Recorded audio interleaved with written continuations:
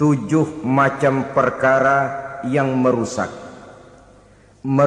akidah dan keimanan, merusak amal perbuatan yang sudah kita kerjakan, merusak sendi-sendi kehidupan sosial, pendek kata merusak segala hal di dalam kehidupan kita.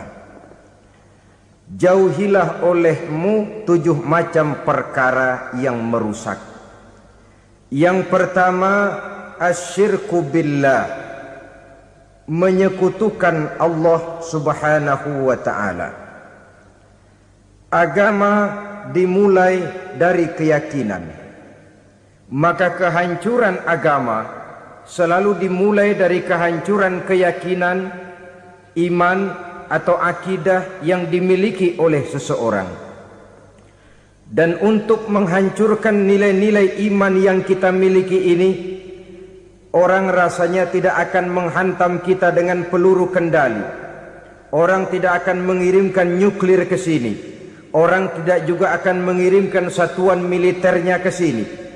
Untuk menghancurkan nilai-nilai iman, dibanjiri kita dengan paham-paham yang merusak dan mendangkalkan akidah.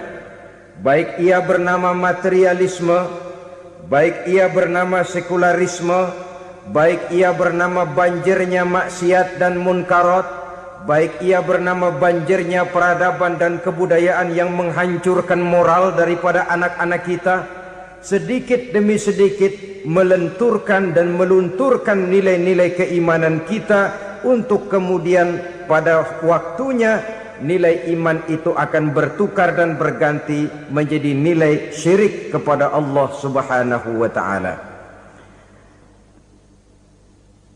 Atau pada sisi lain, menjadikan yang selain Allah sebagai tujuan akhir daripada kehidupan kita. Sedangkan kita sama-sama maklum bahwa di dalam pandangan agama Islam, dosa yang tidak berampun, dosa yang terbesar, termasuk dalam kategori bapak moyangnya dosa, tidak lain adalah syirik, yakni menyekutukan Allah subhanahu wa ta'ala. Pola penghancuran iman ini memang berstrategi. Ditawarkan kita kepada paham materialisme, paham kebendaan, di mana otak menempati urutan sebagai ranking pertama, Tuhan jatuh pada urutan kedua. Lalu menyusul kepada paham sekularisme, Allah dipisahkan dari seluruh kegiatan hidup ini, untuk pada gilirannya menjadikan yang selain Allah sebagai tujuan akhir daripada seluruh kegiatan hidup kita. Oleh karenanya, kewajiban menjaga nilai-nilai iman ini merupakan kewajiban yang mulia tetapi berat, tidak hanya untuk kita, tetapi juga bagaimana mewariskannya kepada anak-anak kita, generasi yang akan datang. Orang-orang tua bijaksana yang diceritakan di dalam Al-Quran, kalau sudah berpikir tentang anak-anaknya, pertanyaan yang paling mereka risaukan ialah, ma ta'buduna min ba'di. Anakku, kalau pada satu saat aku, ayahmu sudah tidak ada lagi di dunia ini, meninggalkan kamu semua, ma ta'buduna min ba'di, apa yang akan kamu sembah nak? Jikalau sekarang ayahmu masih mau ke masjid, masih mau melakukan rukuk dan sujud, masih beribadah menyembah Allah subhanahu wa ta'ala, kalau orang tuamu sudah tidak ada, ma ta'buduna min ba'di, masihkah engkau mau datang ke masjid? Masihkah engkau mau rukuk dan sujud? Masihkah engkau mau menyembah Allah subhanahu wa ta'ala? Pertanyaan ini yang dipikirkan oleh Nabi Yakub kepada putra-putranya. Pertanyaan ini yang diteruskan oleh Nabi Ibrahim kepada anak-anaknya. Pertanyaan ini yang diwariskan oleh generasi ulama salafus saleh kepada para generasi berikutnya. Bagaimana kita generasi sekarang? Kita orang-orang tua sekarang bukan berfikir ma ta'buduna min ba'di, malah yang kita fikirkan ma ta'kuluna min ba'di. Kalau bapak tidak ada nanti kamu makan apa nak? Perkara kamu nyembah apa? Urusan nomor 18. Yang penting kamu nanti hidup bisa makan, nak. Maka kita sibuk mewariskan harta kepada anak-anak kita. Kita sibuk mewariskan kebun dan tanah kepada anak-anak kita. Kita sibuk mewariskan pabrik kepada anak-anak kita. Sementara kita lupa mewariskan intan yang paling mahal, mewariskan mutiara yang paling berharga, yaitu nilai iman kepada Allah Subhanahu wa ta'ala. Alangkah baiknya apabila warisan harta, warisan tanah dan kebun, warisan rumah dan pabrik didasari lebih dahulu dengan mewariskan nilai iman kepada Allah Subhanahu wa ta'ala. Sebagai orang-orang tua, kita boleh bersedih kalau anak kita tidak mengerti komputer. Kita boleh bersedih kalau anak kita tidak mengerti matematika. Kita boleh bersedih kalau anak kita tidak mengerti bahasa Inggris.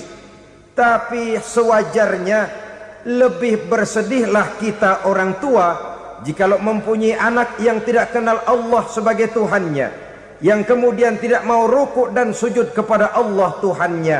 Itulah kemalangan yang paling malang bila kita meninggalkan generasi yang tidak bertauhid kepada Allah Subhanahu wa ta'ala. Betapapun anak kita tidak ngerti komputer, saudara, paling-paling kerugiannya cuma kerugian dunia. Masuk dia ke alam barzakh, munkar nakir tidak akan sempat tanya kau belajar komputer apa tidak.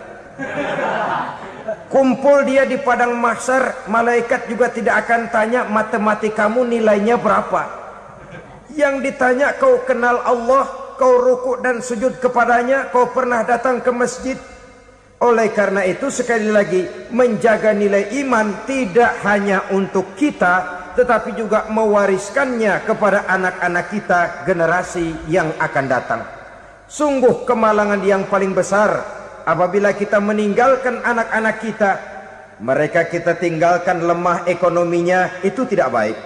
Mereka kita tinggalkan lemah otaknya, itu pun akan membuat mereka tertinggal oleh yang lain. Tapi yang paling celaka, jikalau kita tinggalkan mereka dalam kondisi lemah imannya, rapuh akidahnya, tidak baik dan tidak betul keyakinan hidupnya. Oleh karena itu Nabi berpesan, jauhilah 7 perkara yang merusak. Yang pertama, syirik kepada Allah Subhanahu wa ta'ala. Menyekutukan Allah baik dalam ucapan, dalam keyakinan ataupun dalam perbuatan. Ini perkara pertama yang termasuk 7 perusak besar di dalam kehidupan. Kalau sudah jatuh kita ke lembah syirik, bagaimanapun banyak kebaikan yang kita kerjakan, berjiwa sosial, bertangan pemurah, gemar menolong orang lain, kalau memang dasarnya syirik, maka seluruh kebaikan kita akan hancur, tidak akan ada nilainya dalam pandangan Allah Subhanahu wa ta'ala. Dalam pandangan manusia, mungkin kita dicatat sebagai orang sosial, gemar menolong orang lain, tidak berpangku tangan melihat orang yang mendapat kesulitan. Tapi oleh karena dasarnya syirik, dasarnya tidak mentauhidkan Allah, maka seluruh nilai kebaikan yang kita kerjakan tidak akan ada nilainya dalam pandangan Allah Subhanahu wa ta'ala. Maka jagalah iman kita jangan sampai dihinggapi penyakit syirik yang bagaimana kecilnya sekalipun. Sekali lagi, baik syirik dalam bentuk ucapan, syirik dalam bentuk keyakinan, sampai kepada syirik dalam bentuk perbuatan, kita berhindar kepada sifat-sifat yang sedemikian itu. Karena apa? Dalam satu ayat Quran Allah Subhanahu wa ta'ala menjelaskan, innallaha la yaghfiru ayyushraka bih wa yaghfiru ma duna dzalika liman yasha. Allah tidak akan memberi ampun kepada orang-orang yang menyekutukannya, tapi Allah masih mau memberikan ampun kepada dosa-dosa yang selain itu bagi orang-orang yang dikehendakinya. Dosa selain syirik, apabila kita bertaubat, Allah masih mau mengampuni. Tapi kalau sudah jatuh ke tempat syirik, itu sudah dosa yang tidak berampun. Taubatnya tidak lain melepas syirik, kembali kepada tauhid, berkeyakinan bahwa hanya ada Allah Subhanahu wa ta'ala, Tuhan satu-satunya, yang lam yalid walam yulad walam yakul lahu kufuwan ahad. tidak beranak, tidak pula diperanakkan, dan tidak satupun yang dapat menyerupai Tuhan Allah Subhanahu wa ta'ala. Saudara-saudara kaum muslimin rahimakumullah, bahwa kita di zaman sekarang memang tidak menyembah berhala, ya. Bahwa kita tidak berterang-terangan mengatakan Tuhan lebih dari satu, memang. Bahwa kita tidak berkeyakinan Tuhan itu punya anak atau diperanakkan, tentu. Tapi dalam perbuatan dan i'tiqad kita kadang-kadang jatuh tanpa kita sadari ke tempat yang bernama syirik ini. Oleh karenanya, di zaman di mana teknologi makin canggih, di mana kemajuan pembangunan makin menjangkau berbagai aspek kehidupan, diperlukan keseimbangan antara kemajuan fisik material dengan kemajuan mental spiritual. Apabila tidak ada keseimbangan, yang terwujud tentulah kepincangan, yang diawali dengan pincangnya cara kita berpikir, sehingga pada akhirnya akan mengarah kepada pincangnya cara kita berbuat dan bertindak di dalam kehidupan kita. Oleh karena itu Nabi berpesan, jauhilah sifat syirik, karena syirik merupakan dosa yang teramat besar. Ini sifat merusak yang pertama. Yang kedua kata Nabi, wasihra, jauhilah sihir. Sihir ini juga termasuk perkara yang merusak kehidupan. Kita semua sama-sama maklum bahwa sihir sebenarnya bukan persoalan baru. Sejak sebelum datang Islam, sihir itu sudah ada. Di zaman Yunani kuno, sihir ada. Di zaman Mesir kuno, di zaman Cina kuno, dan yang lain-lain yang serba kuno, sihir itu sudah ada. Bahkan para nabi pun, para rasul yang diutus oleh Allah Subhanahu wa ta'ala, senantiasa berhadapan dengan ahli-ahli sihir untuk menguji kebenaran dari misi yang mereka bawa. Sihir adalah perbuatan di luar kebiasaan yang bisa dikerjakan oleh ahlinya dengan bantuan jin atau setan. Hukum mempelajari sihir adalah haram, mengamalkannya lebih haram lagi. Sebab itu saudara-saudara, sihir merupakan perbuatan merusak yang harus kita jauhi. Ciri-ciri daripada perbuatan sihir, pertama, ia mengandung tipuan, bayangan khayal. Di zaman Nabi Musa misalnya, orang melihat tambang-tambang itu seperti ular. Nabi Musa melayangkan tongkatnya menjadi ular-ular besar yang memakan ular-ular kecil ciptaan tukang-tukang sihir Fir'aun tadi. Lalu sihir bisa terjadi dengan bantuan jin kafir atau setan. Kemudian ciri yang ketiga, sifatnya halus dan tersembunyi. Taruh kata ada seorang ahli sihir yang mempergunakan ayat-ayat Quran sebagai jompa-jampe, sebagai baca-bacaan, itu cuma sekedar kedok. Tujuannya tidak lain menjadikan agama sebagai ketok untuk membenarkan cara yang dimurkai oleh Allah Subhanahu wa ta'ala. Satu hadis yang diriwayatkan oleh Imam Bazar dan Tabrani, Nabi berpesan, laisa minna man tatayyara lahu au takahhana au tukuhhina lahu au sahira lahu. Tidak termasuk ke dalam golonganku, kata Nabi. Tidak termasuk umatku. Siapa mereka?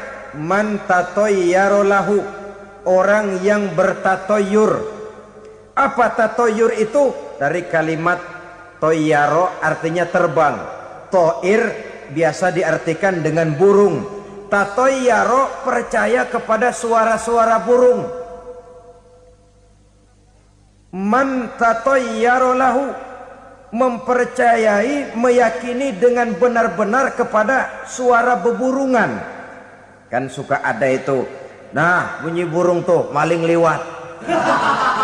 Maling liwat. Burung bunyi, maling liwat. Itu termasuk tatoyaro lahu, percaya kepada suara burung. Kan aneh kalau suara orang nggak dipercaya, suara burung malah dipercaya. Ada ustadz ceramah, kiai ngaji, nggak mau didengerin, burung dengerin bener.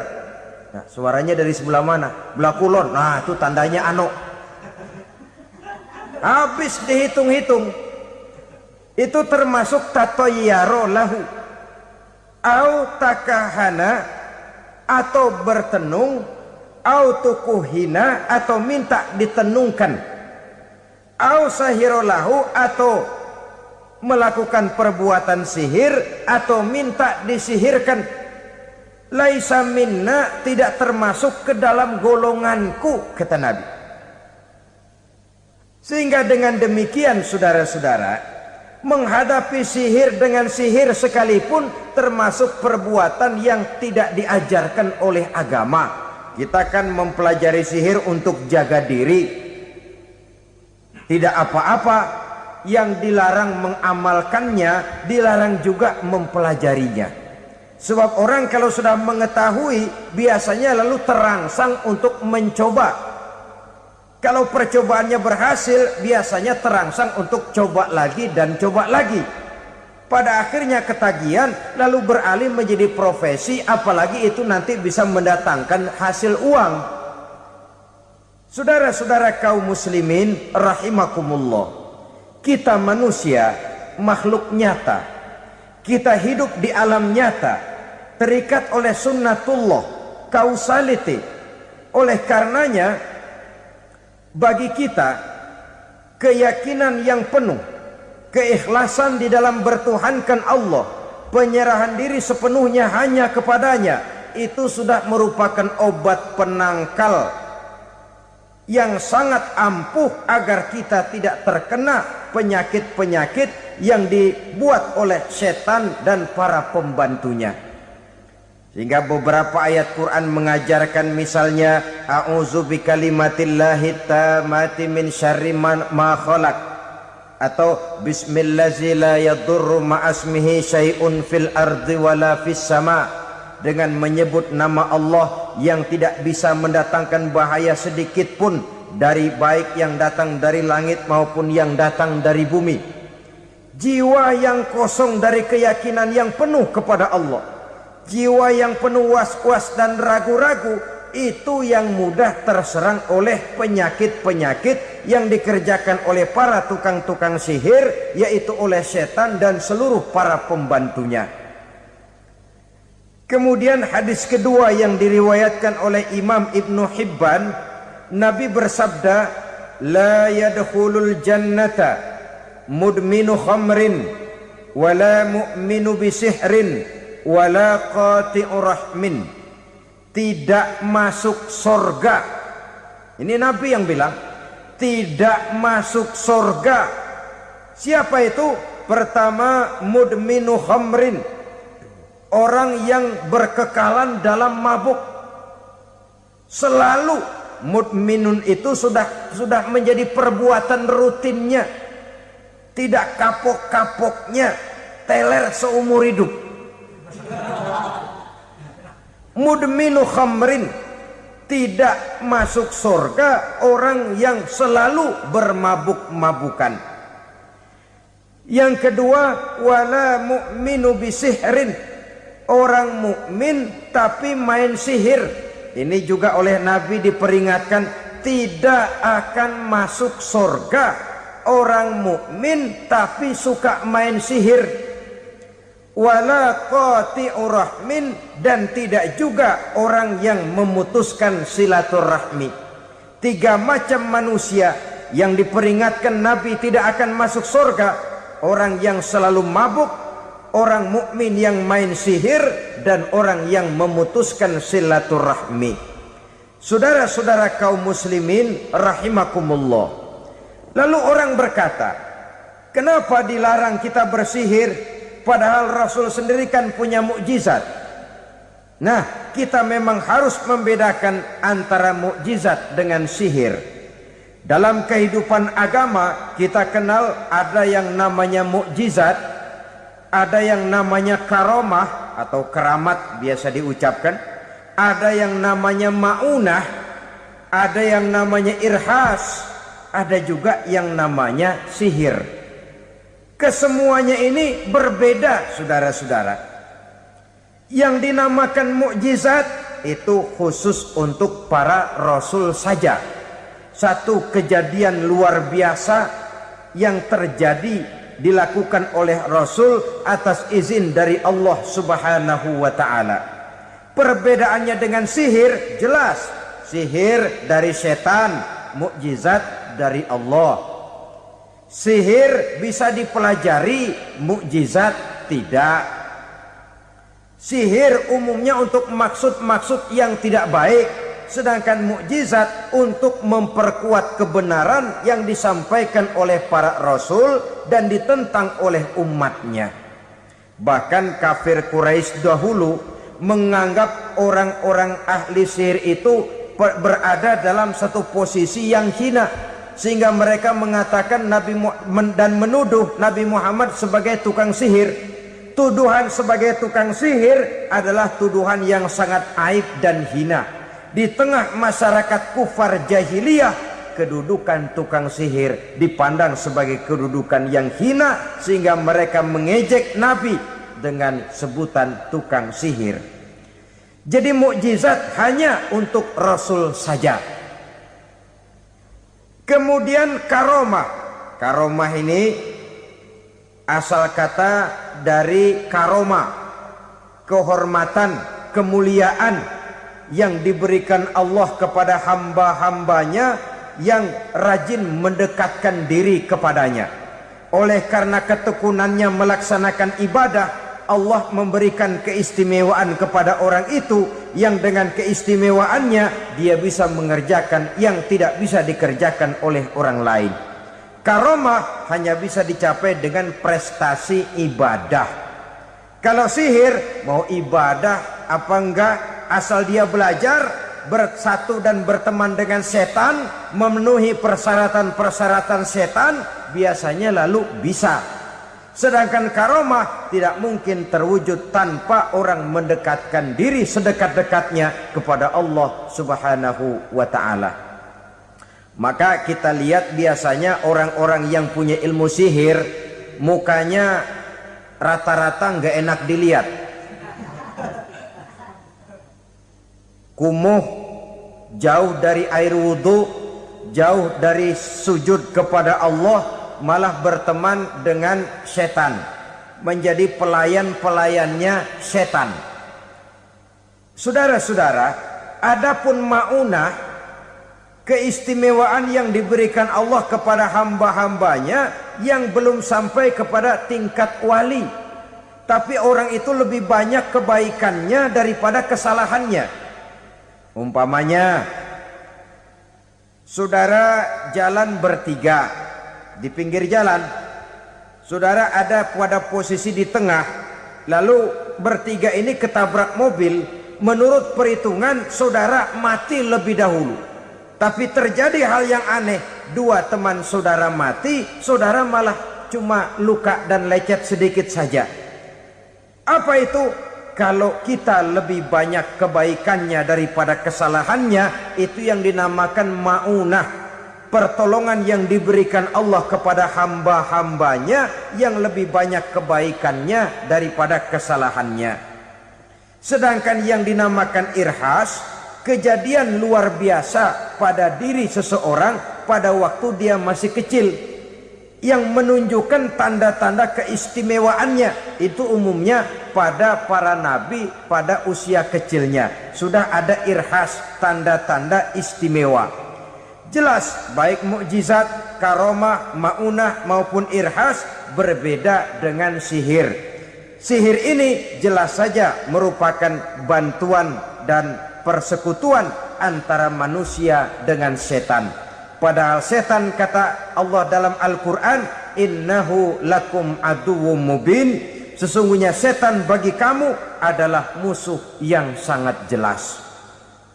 Saudara-saudara kaum muslimin rahimakumullah, di zaman sekarang dalam menghadapi beban kehidupan yang makin pelik, menghadapi stres yang tidak kunjung selesai, menghadapi persoalan-persoalan yang teramat berat, orang sering mencari jalan keluar kepada hal-hal yang menurut pendapatnya bisa meringankan beban moralnya itu.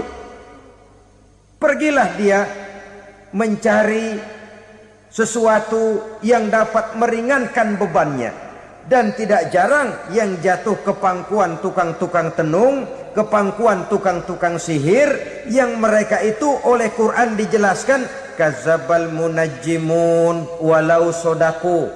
Tukang-tukang tenung, tukang-tukang sihir, mereka itu bohong walaupun benar. Maksudnya bohong walaupun benar artinya kalau yang mereka kerjakan benar, itu sih kebenaran. Benar dengan kebenaran itu lain. Kebenaran, kebetulan bisa, tapi tidak untuk selalu. Apalagi kalau itu sudah membahayakan kehidupan orang lain. Jadi oleh karena itu Nabi berpesan, jauhilah daripada sihir. Kalau sudah jauhilah dari sihir artinya ya jauhilah daripada mempelajarinya, jauhilah daripada bergaul dengan orang-orang yang ahli di bidang itu, karena dari pergaulan segalanya bisa menular. Baiklah saudara, ini yang kedua. Yang ketiga pesan Nabi, wa qatlan nafsil lati harramallahu illa bil haq. Membunuh orang lain dengan cara yang tidak benar, membunuh orang yang diharamkan oleh Allah Subhanahu wa taala untuk melakukannya kecuali dengan alasan yang benar. Kita tahu Islam adalah agama damai. Sesuai dengan namanya, ia tidak dikembangkan dengan pedang dan kekerasan. Ia dikembangkan dengan keteladanan dan tuntunan moral. Oleh karena Islam bukan agama kekerasan, Islam pun tidak mementingkan dan mengajarkan kekerasan kecuali dengan alasan yang benar dan bisa dipertanggungjawabkan. Membunuh dengan sengaja, menghilangkan nyawa orang lain tanpa alasan yang bisa dibenarkan adalah merupakan dosa besar dan satu di antara 7 perkara yang bisa mendatangkan kerusakan dalam kehidupan dan yang hendaknya harus kita jauhi. Saudara-saudara kaum muslimin rahimakumullah, beberapa waktu yang lalu di sebuah kota kecil yang indah bernama New Auckland. Saudara tahu New Auckland? Itu dari Gunung Kidul masih ngidul lagi. Pernah diadakan satu seminar yang membicarakan bagaimana menyelamatkan masyarakat manusia dari bahaya Perang Dunia Ketiga. Diperkirakan kalau terjadi Perang Dunia Ketiga, manusia tidak akan tersisa. Sebab apa? Pada waktu itu cadangan nuklir yang dimiliki oleh bersama Amerika dan Rusia konon sudah sanggup memusnahkan 6 miliar manusia pada saat jumlah manusia baru 5 miliar. Jadi kelebihan nuklir dunia ini. Kalau terjadi Perang Dunia Ketiga, sulit manusia untuk tersisa. Maka dibahaslah di dalam seminar itu, wah, supaya tidak terjadi Perang Dunia Ketiga, maka perlombaan membuat senjata-senjata canggih, alat-alat pembunuh modern harus segera dibatasi. Dibahas, tidak mungkin kita membatasi perlombaan membuat senjata. Kenapa? Makin maju ilmu dan teknologi, makin canggih senjata yang ditemukan. Atom sudah meningkat menjadi nuklir, nuklir sudah meningkat menjadi neutron, dan kita tahu bom yang bernama neutron ini bom yang cukup membunuh tanpa perlu merusak. Artinya kalau dia diledakkan di kota kita ini, bangunan utuh, jembatan tidak ambruk, rumah-rumah tetap berdiri, tapi semua yang bernama hidup mati. Itu katanya lebih sopan dari bom atom. Sebab kalau si atom ini sudah membunuh, merusak pula. Neutron cukup membunuh saja tanpa perlu merusak. Jadi majunya senjata-senjata teknologi sebagai akibat yang logis dari kemajuan ilmu pengetahuan ini tidak bisa kita batasi. Dan memang sebenarnya yang bahaya bukan senjatanya, tapi manusia yang mengendalikan senjata itu. Mereka kembali kepada prinsip the man behind the gun. Bukan senjatanya yang bahaya, tapi manusia yang mengendalikan senjata itu yang bahaya. Walaupun senjatanya modern, katakanlah model M16 umpamanya, kalau yang mengendalikannya orang beriman, insya Allah aman. Tapi biar megang cuma senapan angin, kalau yang megang orang brutal, ngeri kita deket-deket. Apalagi kalau memang bukan ahlinya menggunakan senjata, bisa ngeker kaki kena jidat.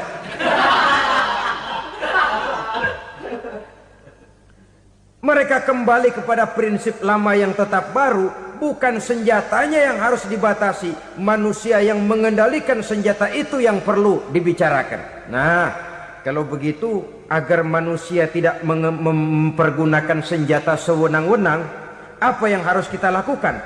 Ya, manusianya harus bermoral. Ya, tapi moral yang mana? Di dunia ini banyak ajaran tentang moral. Itu pun mudah saja. Di sini kan kita undang saja ahli dari berbagai agama untuk membicarakan konsep perdamaian menurut agamanya masing-masing. Baik, setuju itu? Setuju. Maka tampillah para ahli agama, mereka kembali kepada prinsip moral daripada konsep yang terkandung di dalam ajaran agama untuk menegakkan perdamaian. Mula-mula naiklah ahli dari agama Hindu, dibacakan konsep perdamaian menurut ajaran agama Hindu, bahwa untuk damai manusia harus meninggalkan nafsu keduniaannya, menempuh samsara dan sebagainya untuk mencapai nirwana, menjauhi kemegahan dan kemewahan dunia. Ini lalu dibahas, rasanya juga tidak mungkin ini. Kemudian dari agama Nasrani, bahwa untuk damai manusia harus menciptakan sifat kasih sayang. Kalau ditampar pipi kiri, berikan pipi yang kanan. Kalau diberikan selendang, berikan baju. Nanti orang kasihan, lalu dia tidak akan nampar lagi. Ketika ini dibahas, ternyata rasanya pun tidak mungkin bisa diterima. Karena apa? Di zaman sekarang orang ditampar pipi kiri, dikasih pipi kanan. Bukan kasihan, gemes. Damai belum tentu, bonyok udah jelas. Lalu ketika dibacakan konsep perdamaian menurut Quran, di mana disampaikan ayat wa jazaa'u sayyi'atin sayyi'atun misluha faman afa wa aslaha fa ajruhu 'ala Allah. Balasan terhadap satu kejahatan adalah kejahatan yang seimbang, tetapi barang siapa yang memberi maaf dan mencari jalan damai, itulah yang terbaik dan akan mendapat pahala dari Allah Subhanahu wa taala. Kamu tidak salah ditampar pipi kirimu, tampar lagi pipi kirinya sekeras dia menampar pipi kirimu. Nanti orang tidak mau menampar kita karena dia tahu kalau dia tampar kita, dia akan menderita tamparan sekeras dia menampar kita. Akan terjadilah prinsip saling hormat menghormati, tidak saling ganggu, tidak saling usil, tidak saling jahil. Atas dasar ini perdamaian bisa ditegakkan. Mereka bisa menerima konsep ini, tapi kemudian seminar ditutup tanpa satu keputusan resmi.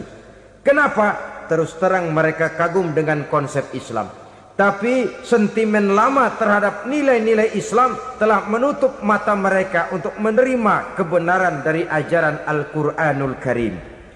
Saudara-saudara kaum muslimin rahimakumullah, kembali kita kepada persoalan pokok. Roh adalah dari Allah.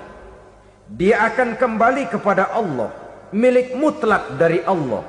Tidak pantas kita merampasnya dari orang lain. Tidak wajar kita menghilangkannya tanpa alasan yang dibenarkan oleh agama. Di zaman sekarang akibat persaingan hidup yang makin tajam, lapangan kerja yang makin sulit, tensi ekonomi yang makin tinggi, atau karena nilai moral yang makin rendah, atau juga karena rapuhnya pegangan orang kepada agama, nyawa rasanya sudah sedemikian murahnya. Berbagai kasus membuat berdiri bulu roma kita. Ada mayit, ada manusia dipotong 6, dicincang macam kambing. Ada yang dipotong 5, ada yang dipotong 13, dikardusin, dibuang ke tempat sampah. Inna lillahi wa inna ilaihi raji'un. Gejala apa ini? Kanibalisme. Manusia sudah demikian sadisnya, manusia sudah sedemikian buasnya, sehingga sesama manusia diperlakukan seperti hewan. Padahal hewan sendiri belum pernah macan makan macan, bagaimanapun buasnya macan. Belum pernah serigala memakan serigala, bagaimanapun brutalnya serigala. Tetapi manusia makan manusia di zaman sekarang kadang jadi kenyataan dalam kehidupan kita. Kadang persoalannya remeh saja. Soal uang 200 perak, pisau bicara, nyawa melayang.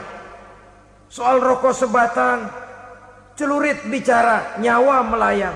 Soal-soal yang sama sekali tidak prinsip, begitu mudah kita menghilangkan nyawa orang lain.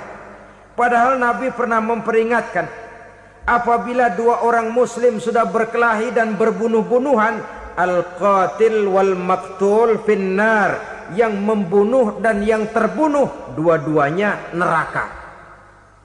Sahabat heran, ya Rasul, kalau yang terbunuh, kalau yang membunuh masuk neraka itu sih wajar, tapi yang terbunuh kenapa neraka juga?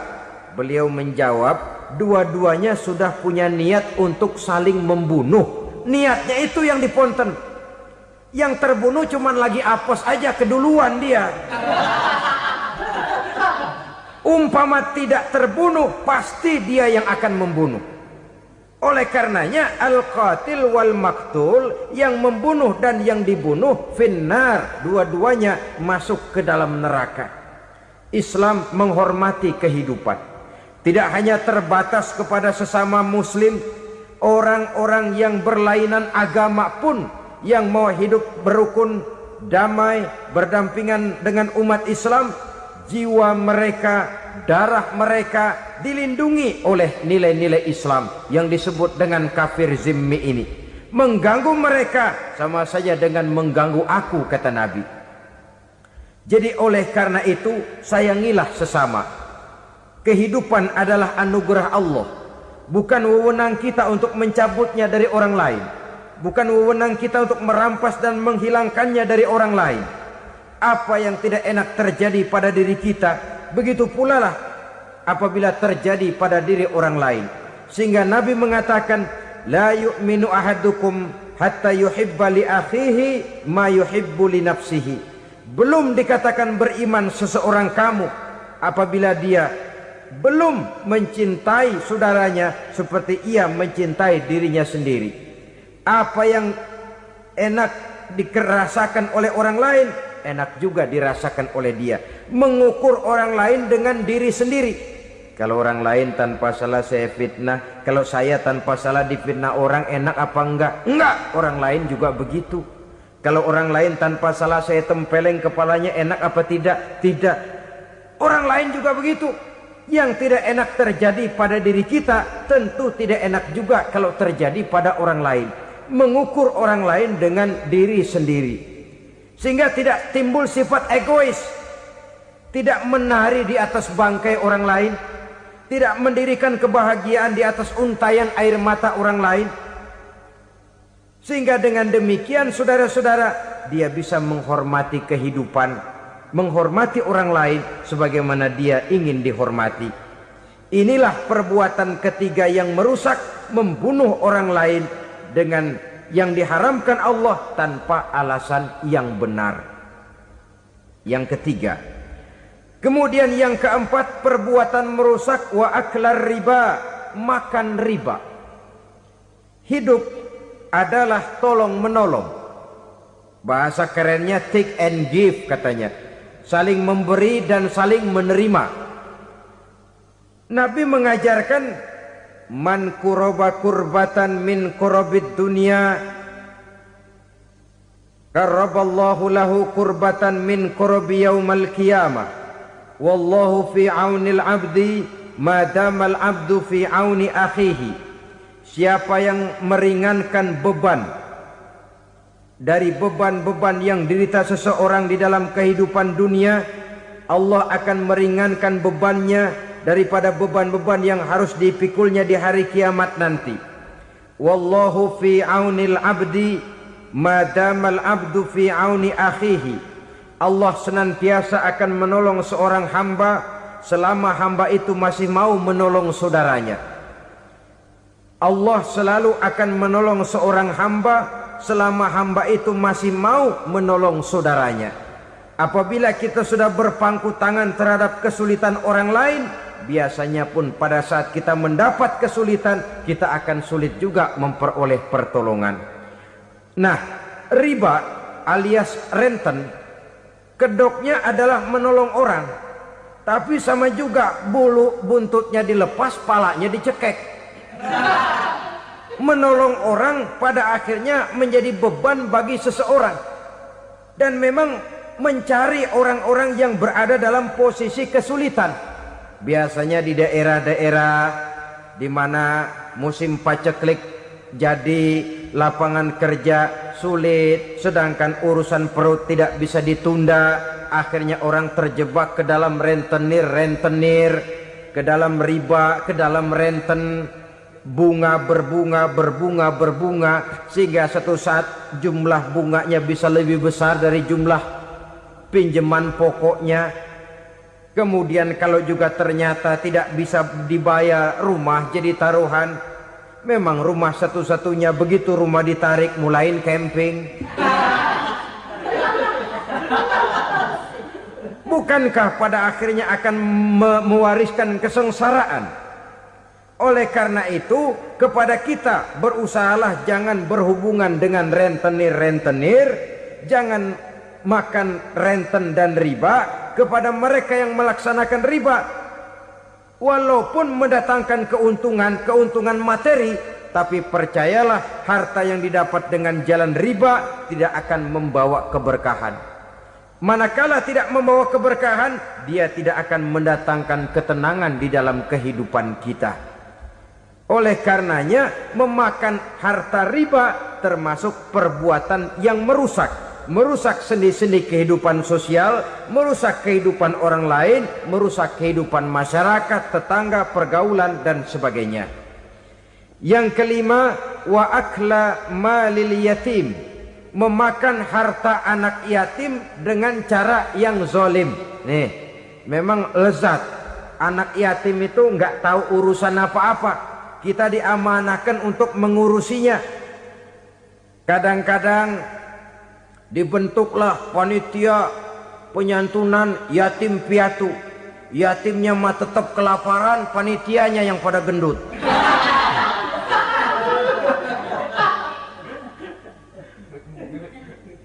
Padahal memakan harta anak yatim termasuk perbuatan dosa besar. Dan menjantuni yatim merupakan perbuatan mulia. Nabi mengatakan, ana wa kafilul yatim kahataini yaumal qiyamah. Aku dan orang-orang yang menyantuni anak yatim seperti dua jari ini pada hari kiamat nanti. Dekat sekali. Jikalau ingin di hari akhir nanti dekat dengan Rasul, bersahabatlah dengan anak-anak yatim. Jadilah pengurus anak-anak yatim. Bangunlah panti-panti asuhan yatim. Pada saat bapak ibunya meninggal, kitalah yang menjadi orang tuanya. Bahkan sedemikian besar perhatian Islam terhadap anak-anak yatim ini, sehingga Quran memberikan peringatan, ara'aital ladzi yukadzibu biddin fadzalikal ladzi yad'ul yatim wa la yahuddu ala ta'amil miskin. Tahukah kamu siapa orang yang mendustakan agama? Beragama tapi dianggap dusta, solatnya dusta, puasanya dusta, karena agamanya sudah berdusta. Siapa mereka? Fazalikal ladzi yad'ul yatim, orang yang menyanyiakan anak yatim. wala yahuddu ala ta'amil miskin, dan tidak pernah memberi makan kepada orang-orang yang menderita kemiskinan.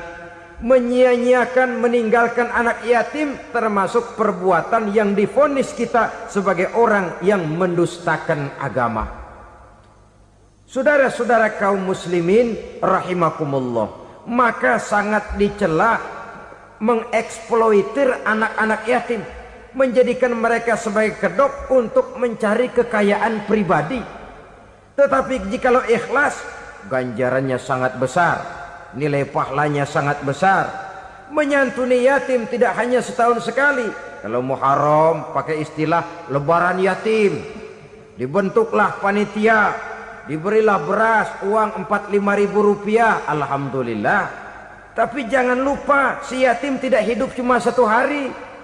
Dia tidak hidup cuma di bulan Muharram saja, dia hidup 12 bulan dalam setahun.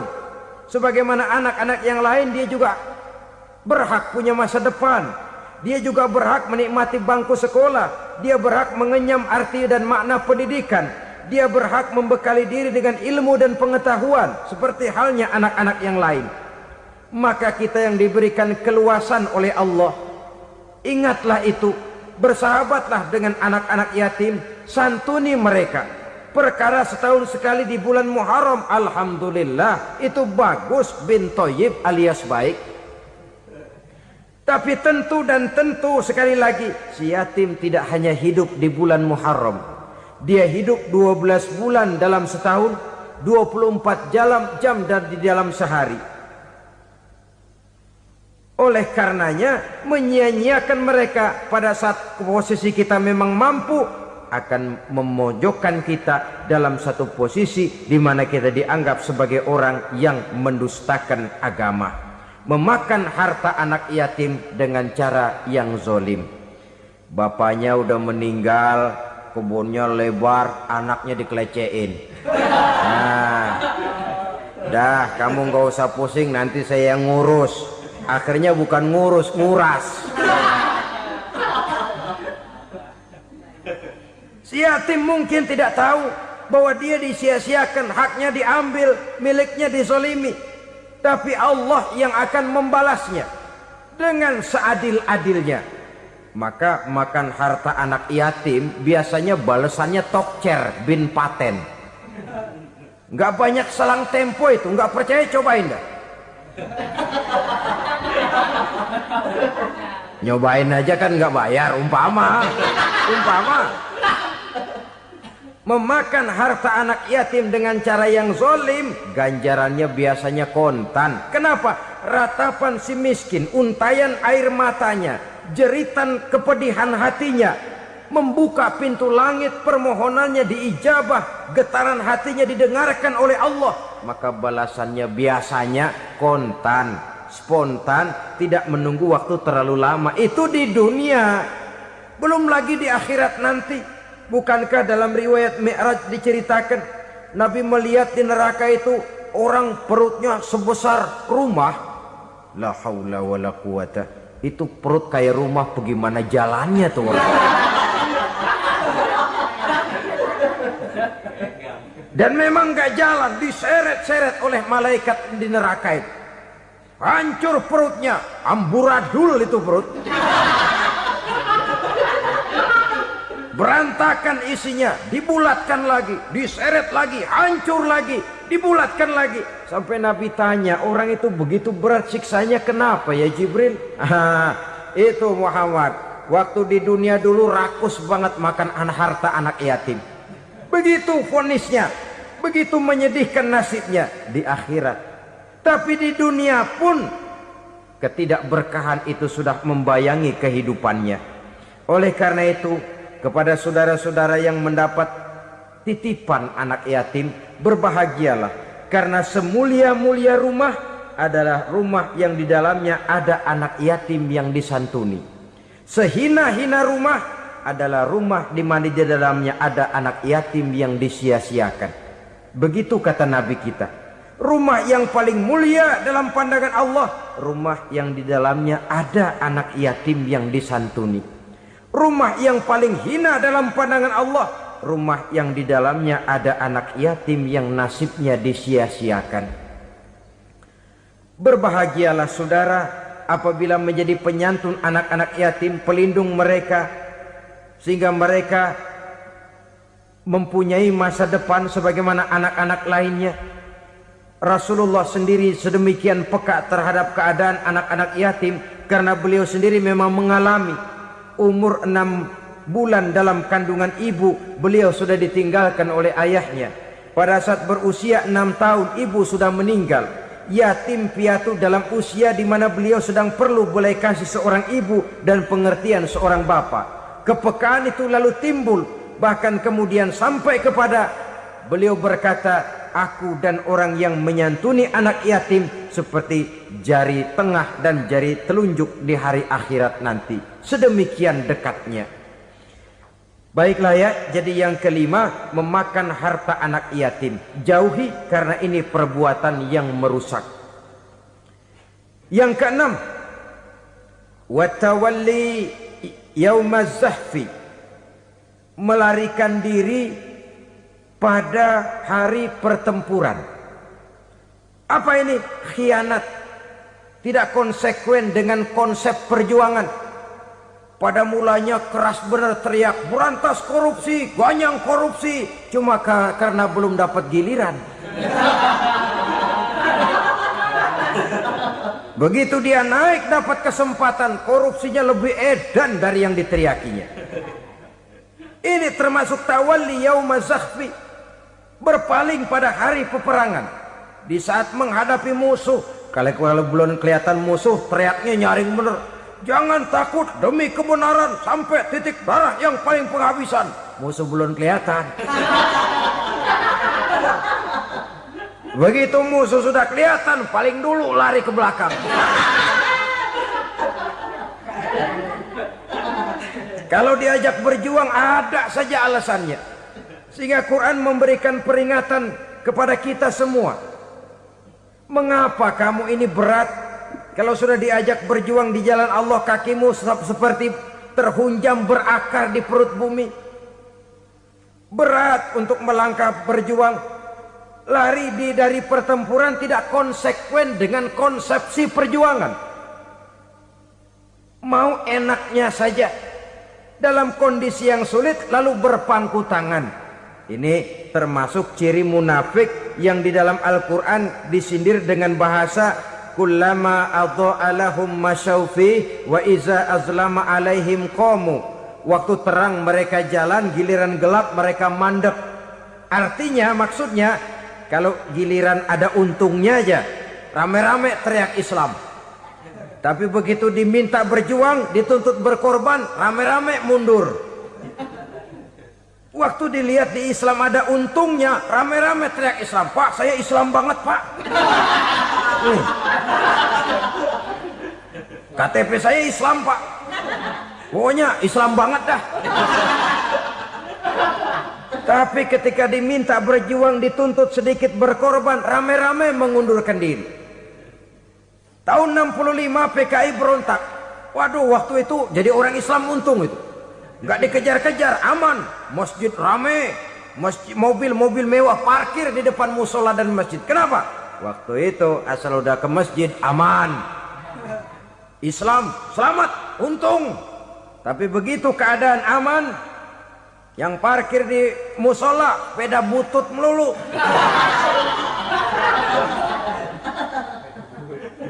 Waktu terang mereka jalan, waktu gelap mereka berhenti. Dikala di Islam ada untungnya, baru wah Islam bagus, Islam hebat. Tapi waktu dilihat ada kerugian, jangan bawa-bawa Islam dah. Jangan bicara soal Islam, ini kan bukan soal agama. Bukan soal agama. La haula wa la quwata illa billah. Beragama kita ambil talfik fid din, mengambil yang enteng-enteng saja dalam urusan beragama ini. Tidak konsekuen kita dengan Islam kita. Seolah kita mau memilih mana yang terasa cocok sama selera kita, kita teriak Islam. Beratan aja dikit, rame-rame berpaling. Itu termasuk tawalli yaumaz zahfi. Para pengkhianat, mental-mental hipokrit. yang tidak mau konsekuen menghadapi segala bahaya, itu termasuk perbuatan yang merusak. Kenapa? Kalau cuma dia saja yang lari, mungkin tidak jadi soal. Tapi larinya ini akan mempengaruhi orang lain. Nah, pengaruhnya itu yang dicegah. Sebab kalau satu sudah mulai lari, yang lain mulai ngelirik. Ketika yang dilirik kemudian tidak ada reaksi, dia akan ikut lari. Artinya apa? Seorang muslim harus konsekuen dengan konsep perjuangannya, dengan keyakinan keagamaannya, dan tidak memilih yang enak-enak saja di dalam kehidupan beragama. Lari dari pertempuran, bermental khianat, mengkhianati agama, merupakan satu di antara sifat yang merusak. Terakhir saudara, wa qazfal muhsanatil ghafilatil mu'minat, menuduh perempuan baik-baik yang tidak tahu menahu tentang tuduhan yang dituduhkan kepadanya, menuduh perempuan mukmin yang baik-baik yang tidak tahu menahu tentang tuduhan yang dilakukan kepadanya. Fitnah lebih bahaya daripada pembunuhan. Orang yang tidak salah bisa hancur namanya, orang yang berniat baik bisa ambruk perjuangannya oleh karena fitnah. Sehingga dikatakan al fitnatu asyaddu minal qatli, fitnah lebih bahaya daripada pembunuhan. Maka memfitnah ini termasuk satu dosa di antara 7 hal merusak yang harus kita jauhi semampu kita, semampu-mampunya. Mengupayakan sebisa-bisanya jangan sampai terjebak ke dalam hal yang demikian. Nah, saudara-saudara, inilah saja pertemuan kali ini. Mudah-mudahan ada manfaatnya. Semoga Allah memberikan kekuatan zahir dan batin kepada kita untuk bisa menjauhi 7 perkara yang merusak ini. Selalu berusaha menyimpan sesuatu yang bisa membawa manfaat, baik untuk dirinya, untuk anak cucunya, maupun untuk keluarganya, untuk masa kini dan masa depannya. Kadang simpanan itu berbentuk uang, kadang berupa tanah, lain saat berbentuk pabrik, dan lain sebagainya. Sementara masa depan yang paling pasti adalah akhirat. Jika untuk masa depan dunia kita rela memeras keringat, membanting tulang, pergi pagi dan pulang petang, menyimpan uang, menyimpan tanah, menyimpan pabrik, pernahkah kita merenung jika satu saat kiamat datang, kita dibangkitkan dari kubur masing-masing, berdiri di padang mahsyar untuk mempertanggungjawabkan seluruh kegiatan hidup kita di dunia ini. Lalu kita akan menuju ke alam akhirat. Sudahkah kita mempunyai simpanan untuk akhirat kita? Pada pertemuan kali ini saya ingin menyampaikan sebuah hadis di mana Rasulullah sallallahu alaihi wasallam bersabda, arba'un min kanzil jannah, simpanan sorga ada 4 macam. Yang pertama, ikhfa'us sadaqah, menyembunyikan sedekah. Saudara-saudara kaum muslimin, sebagaimana yang kita maklum bahwa Allah Subhanahu wa taala melebihkan sebagian rezeki dari kita terhadap yang lain. Ada yang kaya, ada yang setengah kaya, ada yang miskin, ada yang setengah miskin, dan selanjutnya. Ada yang gajinya kecil tapi penghasilannya gede. Ada yang penghasilannya gede tapi nggak punya gaji. Ada juga yang memang gajinya gede dan penghasilannya gede. Kelebihan rezeki merupakan sunnatullah dan tidak harus membuat kita merasa lebih dari yang lain.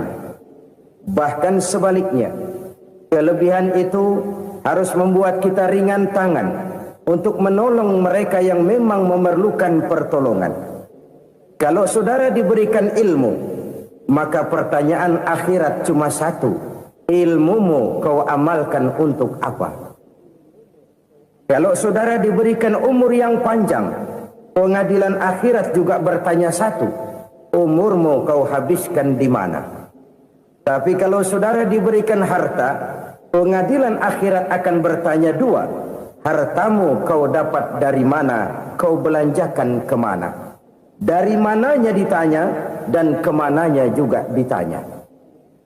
Oleh karena kita akan dimintakan pertanggungan jawab, maka amanah yang bernama harta ini harus kita gunakan dengan sebaik-baiknya.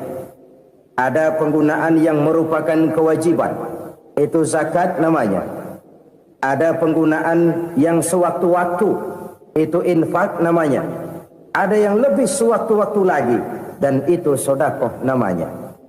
Zakat dia terikat oleh haul dan nisab, oleh putaran batas waktu dan ukuran dari harta itu sendiri. Sedangkan infak terikat oleh situasi dan kondisi perekonomian seseorang.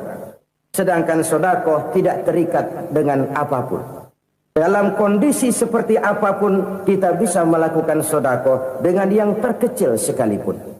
Sampai-sampai Rasulullah sallallahu alaihi wasallam mengajarkan, la tahqiranna minal ma'rufi syai'an walau an talqa akhaka biwajhin talik. Atau ada hadis, tabassumuka fi wajhi akhika laka shadaqah. Senyumanmu kepada temanmu adalah sedekah. Jadi untuk melakukan sedekah tidak harus dalam berbentuk uang. Dengan ilmu kita bisa sedekah, dengan tenaga kita bisa bersedekah, dengan pikiran kita bisa bersedekah, bahkan senyum kepada teman itu pun sedekah. Jadi kalau sedekah dengan uang memang belum punya uang, nyengir aja banyakin. Itu asal pada tempatnya, jangan lalu ketemu tiang listrik cengengesan. Tentu tidak pada tempatnya dan tidak wajar. Nah, sedekah yang paling dicintai Allah adalah sedekah yang disembunyikan. Artinya jauh dari sifat riya. Kan kadang-kadang ada orang sedekah itu disebutkan namanya. Apa tidak bagus? Kalau memang niatnya ikhlas, ya bagus-bagus saja. Untuk memberikan sugesti kepada yang lain. Di Fulan bin Fulan nyumbang sekian, diumumkan. Boleh kalau niatnya untuk memberikan rangsangan kepada yang lain supaya dia menyumbang lebih besar dari orang tadi. Tapi kalau itu mendatangkan riya, maka sedekah yang paling dicintai Allah adalah sedekah yang disembunyikan. Tangan kiri saja tidak tahu apa yang diberikan oleh tangan kanan. Sedekah yang dilakukan dengan ikhlas akan merupakan perbendaharaan surga, tersembunyi dari pandangan orang lain, tidak seorang pun tahu. Karena memang sikap yang baik adalah melupakan kebaikan dan mengingat kesalahan. Itu salah satu ciri orang bahagia. Orang yang selalu mengingat kesalahannya dan berusaha melupakan segala kebaikannya. Kalau dia akan berada kebaikan, dia tidak bisa ikut, dia merasa rugi karena dia merasa belum pernah berbuat baik. Tapi kalau akan melakukan kesalahan baru, dia ingat kesalahan yang sudah-sudah, sehingga terhalang baginya untuk melakukan satu kesalahan baru. Demikianlah saudara-saudara, bahwa Allah melebihkan rizki sebagian kita dari yang lain, agar terjadi tolong-menolong dalam kehidupan ini. Jadi kesenjangan yang nature, kesenjangan yang alami, itu sunnatullah. Ada yang kaya, ada yang miskin, ada yang kelas menengah. Nah, kenapa lalu sekarang kita berusaha mengentaskan kemiskinan? Oleh karena adanya kesenjangan struktural. Kalau yang kaya bisa semakin kaya, kenapa yang miskin tidak bisa naik jadi ikut sedikit kaya? Sebab pada dasarnya Islam adalah agama yang sejak turunnya sudah berupaya memerangi kemiskinan. Bahkan dikatakan kemiskinan itu mendekatkan kepada kekufuran. Orang kalau miskin udah dekat banget sama kafir. Gampang menjadi kafir. Berapa banyak saudara-saudara kita yang oleh karena soal perut, oleh karena soal materi, terpaksa meninggalkan dan menanggalkan akidahnya. Menjual petunjuk yang diberikan Allah dengan kesenangan dunia yang cuma sebentar ini. Na'udzubillah, thumma na'udzubillah. Jadi makin kita sembunyikan satu sedekah, semakin banyak perbendaharaan kita di surga. Sedekah yang paling dicintai Allah adalah sedekah yang disembunyikan. Malahan ada seorang sufi, Dia punya kebiasaan kalau pergi sholat Jumat dia bawa uang, itu uang dia taruh di bawah tikar masjid. Dia niat sedekah kepada siapa saja yang nemuin itu duit. Maksudnya apa? Supaya yang nemuin nggak tahu siapa yang punya duit. Demikian dia saking ingin menyembunyikan sedekahnya. Karena sifat riya itu bisa memakan amal kita sendiri. Riya itu termasuk menyebut-nyebut kebaikan kita. Orang yang suka nepuk dada, sedikit-sedikit ngitungnya kalau enggak gua. Oh, kalau enggak gua tuh yang belas itu kalau enggak gua. Iya, kalau enggak lu kenapa emang? Orang yang suka menepuk jasad. Biasanya memang begitu, saudara-saudara. Kalau perang lagi berkecamuk, orang enggak sempat ngaku jadi pahlawan. Tapi begitu perang selesai, yang kagak kenal bedil ngaku pahlawan, Mas. Itu sesuatu yang biasa. Oleh karenanya, orang-orang yang ikhlas dalam bersedekah, disembunyikannya sedekah itu, Allah cinta betul. Malahan ada hadis memberikan jaminan, inna shadaqatal mar'il muslimi tazidu fil umri wa tadfa'u mitatas su'i. Sesungguhnya sedekahnya seorang mukmin tazidu fil umri, bisa menambah umur panjang, wa tadfa'u mitatas su'i, dan menyelamatkan manusia dari mati secara su'ul khatimah. Jadi siapa yang kepengen panjang umur, banyaklah sedekah. Yang bosan hidup, pelit terus. Sedekah menambah panjang umur dan menyelamatkan manusia dari mati secara su'ul khatimah. Pak, katanya umur itu nggak bisa ditambah, nggak bisa dikurangin. Kapan? Kalau ajal sudah datang. Wa idza jaa ajaluhum la yastakhiruna sa'atan wa la yastaqdimun. Kalau ajal datang tidak bisa dimajukan, tidak bisa dimundurkan. Itu kalau ajal sudah datang. Tidak bisa lagi umur ditambah dikurangi, sudah datang. Tapi kalau belum datang, itu kan haknya Allah. Mau ditambah, mau dikurangi, hak prerogatif Allah. Sebagai pencipta manusia, Allah maha kuasa dan maha mampu. Sedekah ini menambah panjang umur dan menyelamatkan manusia dari mati secara su'ul khatimah. Orang mati kan sama ya, kondisinya mati, nggak nafas. Tapi hakikat mati kan lain-lain. Ada yang mati itu husnul khatimah, baik akhirnya. Misalnya lagi ngaji mati, lagi sholat mati, lagi sedekah mati. Ini yang dinamakan dengan husnul khatimah, baik di akhirnya. Sebaliknya ada yang su'ul khatimah, jelek di akhirnya. Ini yang jadi catatan akhir. Lagi nyekek botol, mampus. Lagi banting kartu, modar. Su'ul khatimah, jelek pada akhirnya. Sedekah menyelamatkan manusia dari mati secara su'ul khatimah. Dan kita semua kepengen mendapat husnul khatimah, jauh dari su'ul khatimah.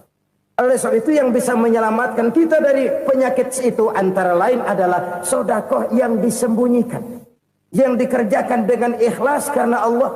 Tidak karena kepengen dipuji orang, tidak karena ingin dikatakan orang pemurah, sebab orang dermawan itu orang yang memberi tanpa harus diminta.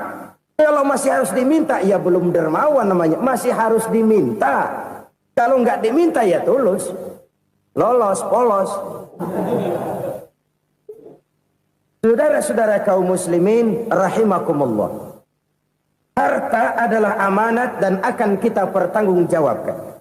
Allah melebihkan rizki sebagian kita dari yang lain agar kita saling tolong menolong, bantu membantu.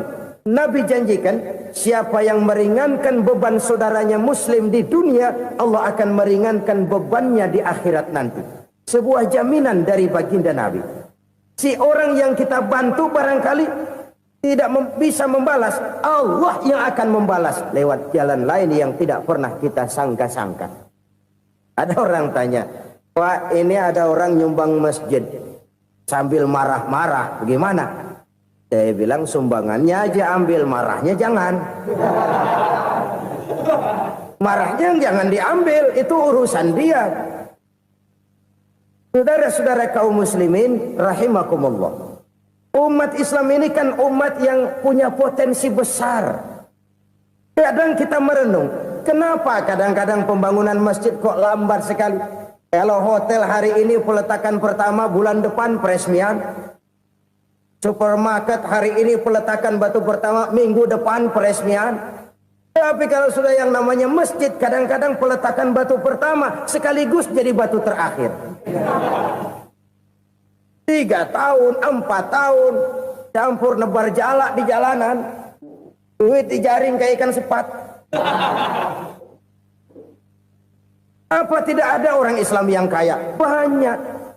Apa tidak ada pengusaha muslim yang jadi konglomerat? Ada.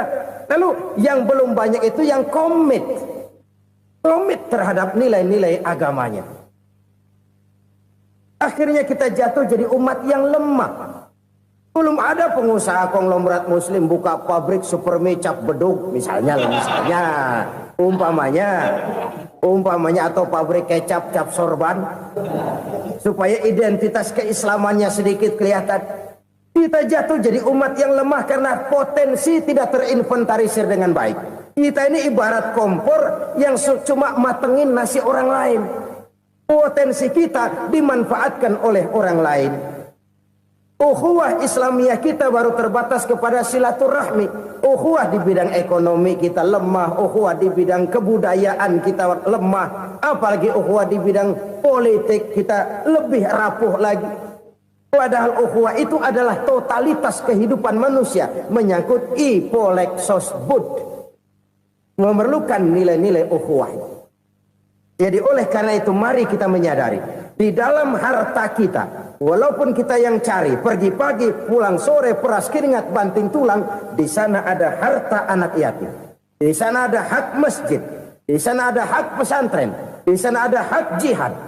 Berbahagialah seseorang apabila dia oleh Allah dijadikan keran. Keran itu menyimpan air, tapi tidak untuk dirinya, tapi disalurkannya kepada mereka yang memang memerlukannya. Saudara-saudara kaum muslimin rahimakumullah, ini yang pertama. Jadi perbendaharaan surga adalah menyembunyikan sedekah.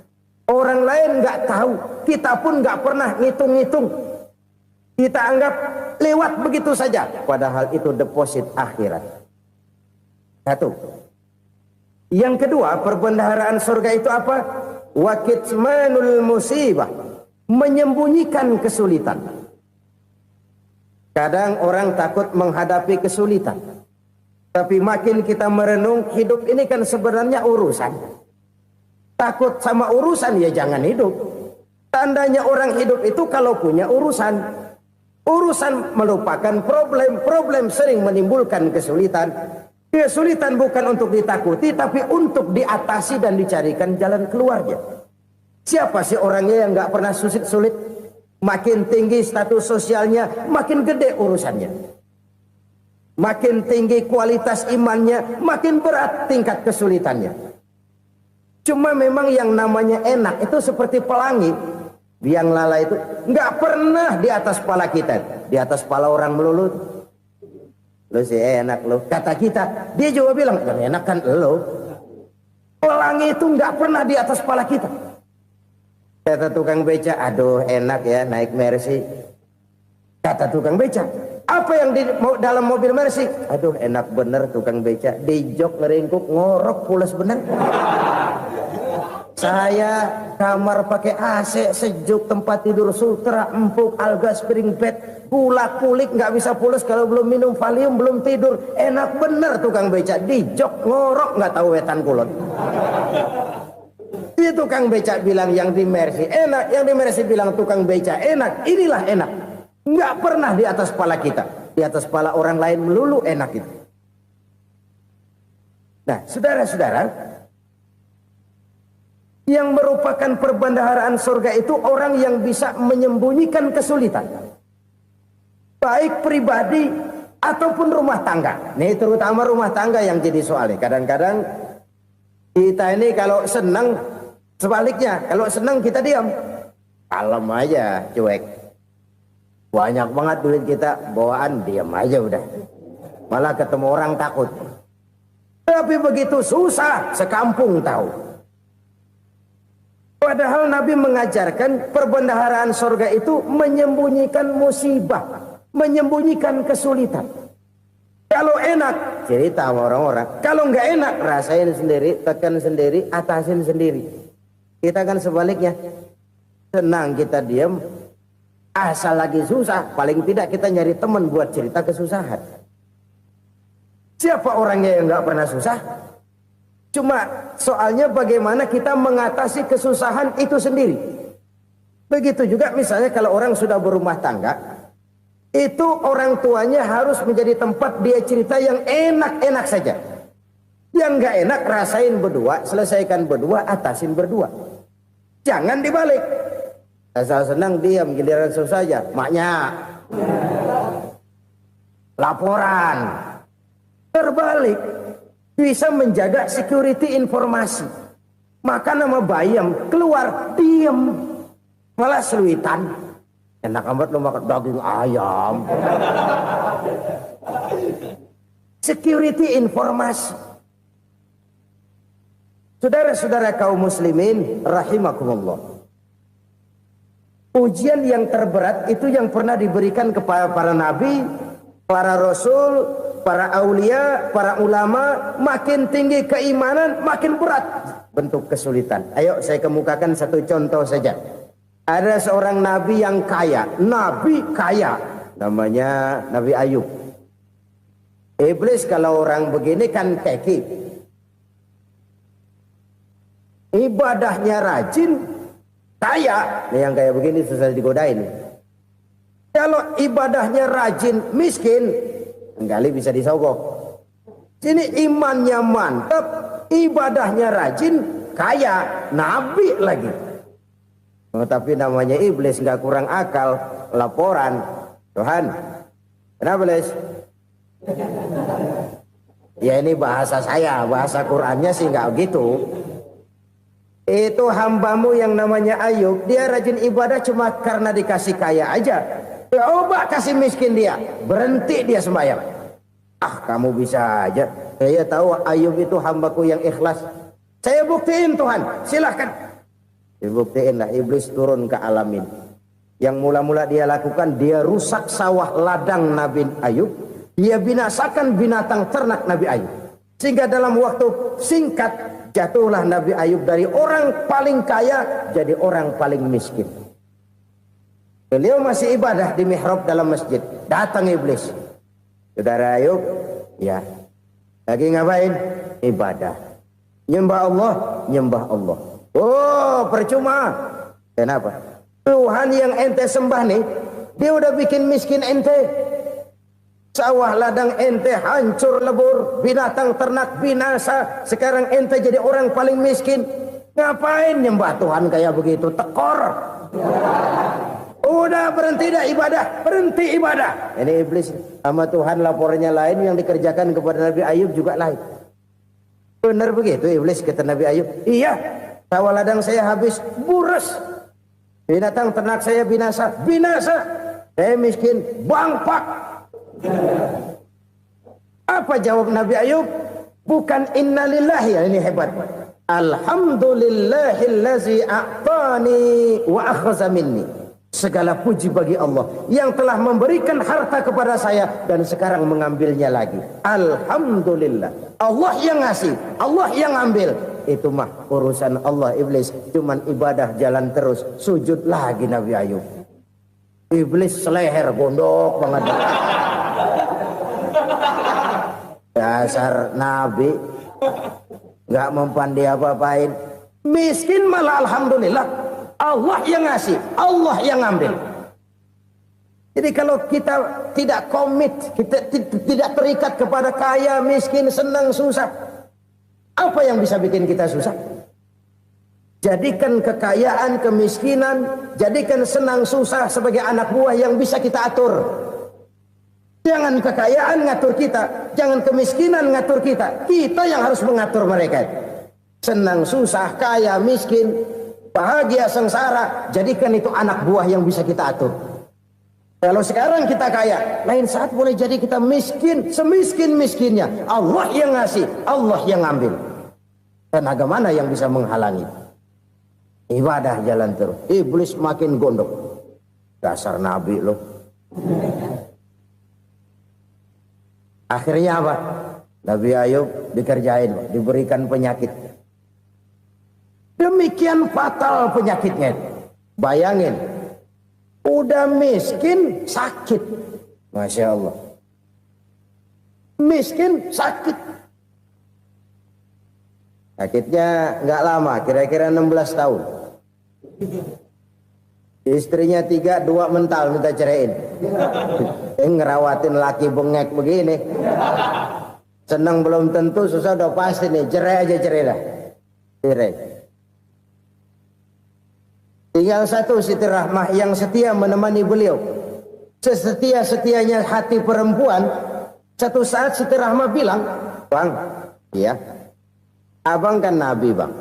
Lalu, namanya Nabi kan doanya jarang meleset, Bang. Maksud kamu minta kenapa sih sama Tuhan biar abang sembuh baik dah, Bang?" Siti Rahmah, "Iya. Saya sakit berapa tahun sih dah?" 16 tahun, Bang. "Sebelum ini saya sehat berapa tahun?" "Ya kira-kira 60 tahun, Bang." "Nah, coba ente banding-bandingin, Rahmah. Saya dikasih sehat 60 tahun, dikasih sakit 16 tahun. Sudah nggak sabar mau doa kepada Allah minta sembuh. Saya malu kepada Allah. Diuji dengan yang luar biasa seperti ini, tidak mengganggu stabilitas kehambaannya. Dia tetap menghamba kepada Allah Subhanahu wa ta'ala." Saudara-saudara kaum muslimin rahimakumullah, kunci menghadapi kesulitan itu apa? Allah jelaskan dalam satu ayat, "Wa basyiris sabirin alladzina iza asabathum musibah qalu inna lillahi wa inna ilaihi raji'un." Gembirakan orang-orang yang sabar. Siapa mereka itu? Yang apabila mendapat musibah mereka kembali kepada keyakinan dasar, segalanya dari Allah dan segalanya akan kembali kepada Allah.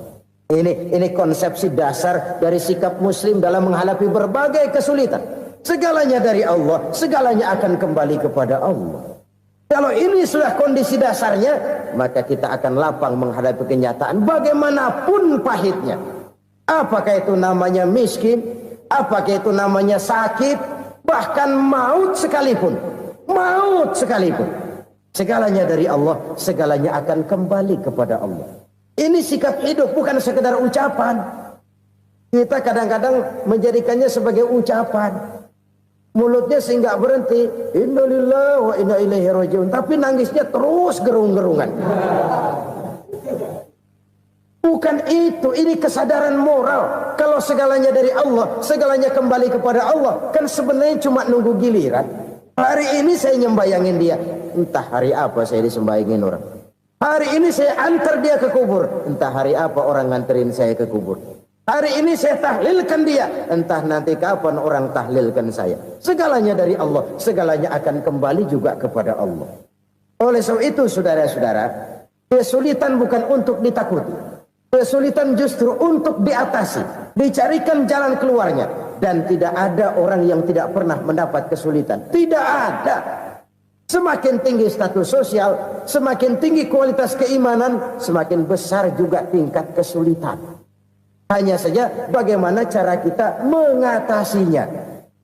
Dan Al-Quran menyatakan, "Innama al-usri yusra." Di balik kesulitan itu pasti ada kemudahan. Roda itu berputar. Karena itu Rasulullah Sallallahu Alaihi Wasallam mengingatkan kepada kita, "Ta'arraf ilallahi firraha, ya'rifka fisyiddah." Ingatlah kepada Allah di waktu kamu senang, supaya Allah ingat kepada kamu di waktu kamu susah. Kalau waktu senang kita ingat kepada Allah, kita susah, Allah tidak akan meninggalkan kita. Tapi kalau waktu senang kita jauh dari Allah, sujud tidak sempat, dengan masjid jauh, ketika senang kita lupakan Allah. Nanti begitu kita susah, Allah lupakan kita. Dan itu menyakitkan. Oleh karena itu orang-orang tua kita dulu bilang, kalau lagi sehat ingat-ingat lu bakal sakit nanti. Kalau lagi kaya ingat-ingat satu saat kita bakal jatuh miskin. Bahkan kalau lagi muda, ingat-ingat kita bakal tua. Dan yang terpenting, kalau lagi hidup, ingat-ingat kita bakal mati. Saudara-saudara kaum muslimin rahimakumullah. Jadi yang kedua yang merupakan perbendaharaan surga, menyembunyikan musibah. Saudara-saudara kaum muslimin rahimakumullah. Hal ketiga yang merupakan perbendaharaan surga adalah wasilatur rahmi. Orang yang suka bersilaturahmi. Sebagaimana yang kita maklum bahwa manusia adalah makhluk yang disebut zon politika. Makhluk sosial yang tidak mungkin hidup sendiri-sendiri. Betapa dan siapapun kita memerlukan orang lain. Bodoh betul manusia kalau tinggal di tengah masyarakat tapi tidak mau bermasyarakat. Merasa hebat sendiri, pintar sendiri, gagah sendiri, kaya sendiri. Mungkin kalau mati juga ngubur sendiri. Jangankan kita di sini, di sorga saja Nabi Adam waktu sendirian bengong melulu, mondar mandir. Allah tegur dam sepi dam. Ya ini kalau bahasa saya. Iya Tuhan, sepi ini nggak ada coret-corekan pisan ini. Diciptakan Siti Hawa baru anteng Nabi Adam. Itu di surga. Cobalah. Umpamanya saudara tinggal di Jakarta nih. Kayak bener. Apaan aja di Jakarta punya saudara dah. Pembuatan Semanggi ambil. Monas, Buntel bawa pulang. Hotel-hotel ambil semua. Cuman tinggal di Jakarta sendirian, apa enaknya? Betapa dan siapapun kita perlu orang lain. Tidak ada seorang pun yang bisa memenuhi kebutuhan hidupnya secara sendiri-sendiri. Nah, Islam telah menyelamatkan manusia dari ras diskriminasi. Mengikat manusia dengan persaudaraan yang berlandaskan kepada akidah. Karena itu dianjurkan bersilaturahmi. Bahkan Nabi menyatakan, man arada ayyubsata lahu fi rizqihi wa yunsa'a fi atharihi falyasil rahimah. Siapa yang kepengen diluaskan rezekinya dan dipanjangkan usianya, banyaklah ia bersilaturahmi.